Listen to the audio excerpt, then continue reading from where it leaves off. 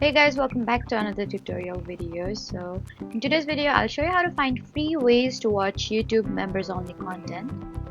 First, members only videos are restricted to people who have an active channel membership, so there isn't a legitimate setting that simply unlocks them for free. However, there are a few things you can check.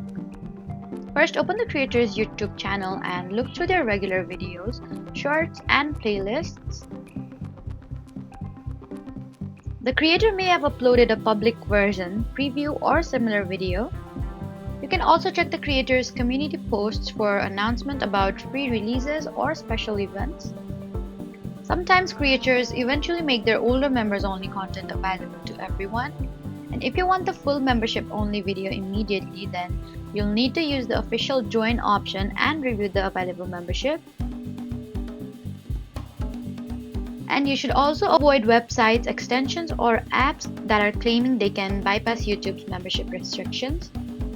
So there isn't a legitimate free bypass, but you can check for public versions or wait for the creator to release the content publicly.